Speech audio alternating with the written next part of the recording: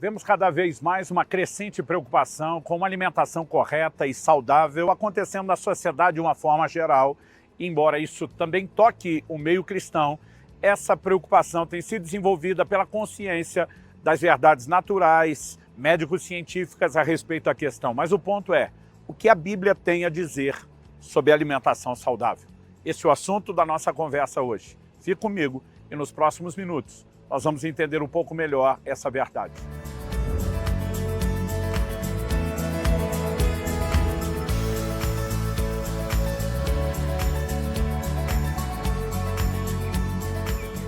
Estou hoje na cidade de Banff, em Alberta, no Canadá, passando para trazer mais uma palavra ao seu coração.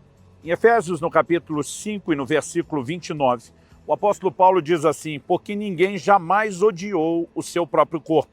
Ao contrário, o alimenta e cuida dele, como também Cristo o faz com a igreja. O apóstolo Paulo está estabelecendo um paralelo de como Cristo trata a sua igreja e que isso é referência para nós. Então, o marido deve amar sua esposa como Cristo ama a sua igreja. Esse é o contexto dos versículos anteriores. A esposa deve submissão ao seu marido, assim como a igreja deve submissão a Cristo. E, estendendo e ampliando o conceito paralelo, ele fala de como Cristo alimenta e cuida do seu corpo, da igreja. E que esse é o paralelo para que eu e você também possamos cuidar do nosso corpo. E parte da ideia de cuidado diz respeito à alimentação, à nutrição. Então eu quero chamar a sua atenção para mais um princípio, dentro de uma série de vídeos onde estamos falando a respeito do cuidado do corpo, que diz respeito à alimentação saudável. E algumas verdades que nós precisamos entender e compreender. Em primeiro lugar, em dias de modernidade como os que vivemos, que tivemos tantos avanços tecnológicos, o avanço da indústria e uma série de outras coisas, nossa alimentação está muito, mas muito longe e distante daquela que era na antiguidade. Não apenas porque hoje temos alimentos industrializados, processados, mas até mesmo quando alguém pensa estar comendo meramente o grão natural, muitas vezes não consegue perceber as alterações dos transgênicos, não conseguem sequer imaginar a quantidade de química, de defensivos agrícolas que foram usados na preparação daquilo. Ou seja, não podemos nem estabelecer um paralelo exato, mas ainda assim precisamos reconhecer, ao longo da história, talvez a alimentação não foi um desafio tão grande como tem se tornado atualmente. Dito isso, algumas verdades que eu gostaria de destacar. A primeira delas diz respeito à relação com a comida. A minha ênfase não está de que haja algum erro na comida em si, mas nós precisamos entender que coisas que não são erradas podem ocupar um lugar errado nas nossas vidas, dependendo da relação com ela. Então, por exemplo, nós olhamos para a palavra de Deus e percebemos que toda advertência que ela faz envolvendo o dinheiro não mostra o dinheiro em si como sendo algo errado. Se por um lado a Bíblia diz que é o amor ao dinheiro e não o dinheiro que é a raiz de todos os males, por outro lado, a palavra de Deus diz: se as vossas riquezas aumentam, não ponhais nelas o coração, Salmo 62:10. Ou seja, errado não é o dinheiro, errado pode ser a maneira como relacionamos com ele, se ele ocupa um lugar de importância que não lhe pertence, se somos ou não controlados por ele. Por exemplo, você vai encontrar na Bíblia uma determinação divina para o descanso. Parar de trabalhar para descansar não tem nada de errado. Mas a Bíblia vai falar de um outro extremo que vai além do descanso. É a preguiça, é aquele que não quer levantar da cama, não quer produzir. Então, não estamos julgando a parada para o descanso, mas sim a maneira como lida com ela e quais são as ênfases. Assim como na Bíblia não há absolutamente nada de errado com o sexo. O sexo é uma dádiva divina para que o casal não apenas se multiplique, não apenas para que procrie, mas também para prazer. No entanto, se usado da forma errada, fora do casamento, ou mesmo dentro do casamento, fora dos parâmetros bíblicos, aquilo que deveria ser uma bênção pode ocupar um lugar errado e nos levar a pecar. O mesmo se dá com a comida. Quando Deus estabelece a comida, Ele não deu apenas uma forma de nutrição ao homem, Ele também lhe proporcionou uma fonte de prazer. A Bíblia diz que Deus fez todo tipo de alimento. Ele diz para o homem lá no jardim, vocês podem comer de toda a árvore do jardim. Ele podia ter feito um único fruto, com uma única cor, com um único cheiro, com um único formato e textura, colocado nele todos os nutrientes que precisamos e talvez seria um tédio comer aquilo o resto da vida, mas a gente teria a nutrição garantida. Deus caprichou na variedade de cores, tamanhos, cheiros, texturas, sabores, porque de alguma forma a comida também foi dada para deleite. Agora, nós podemos extrapolar os limites do deleite determinado por Deus e entrar num terreno onde a relação com o alimento então se torne errada.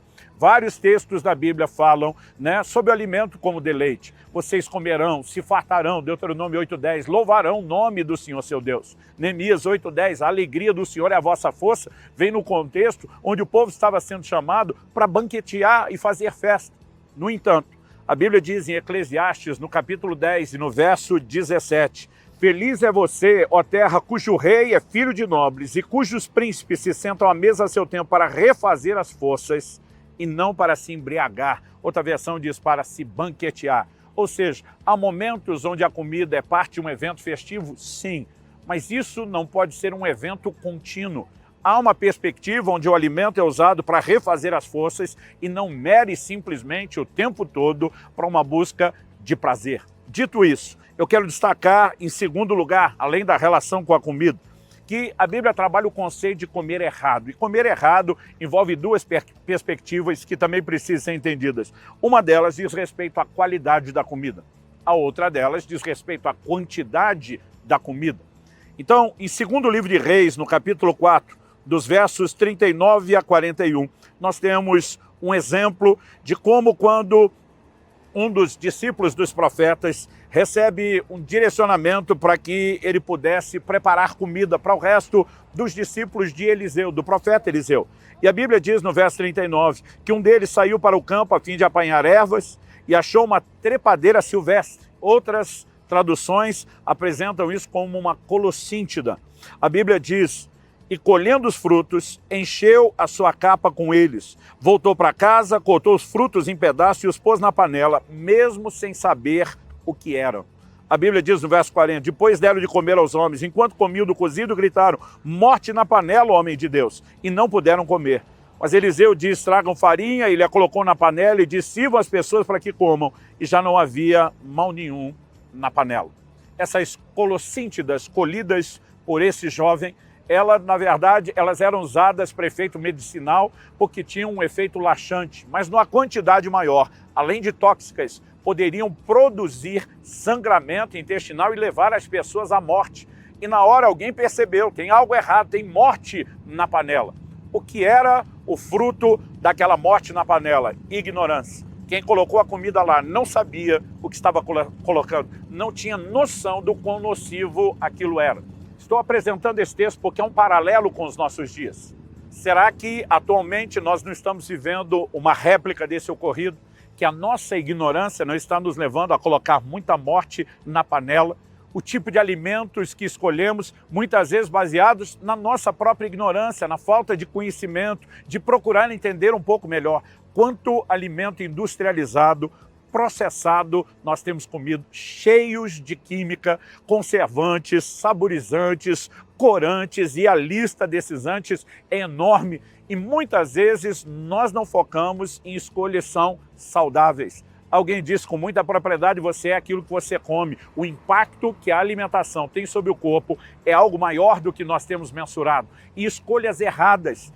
Vivemos uma época onde as pessoas simplesmente têm uma dieta cheia de açúcar, de farinha de trigo e tantas outras coisas que, principalmente na quantidade em que são consumidas, são mais danosas do que se pode imaginar. Estamos trazendo morte para a panela e, através dela, para o nosso corpo.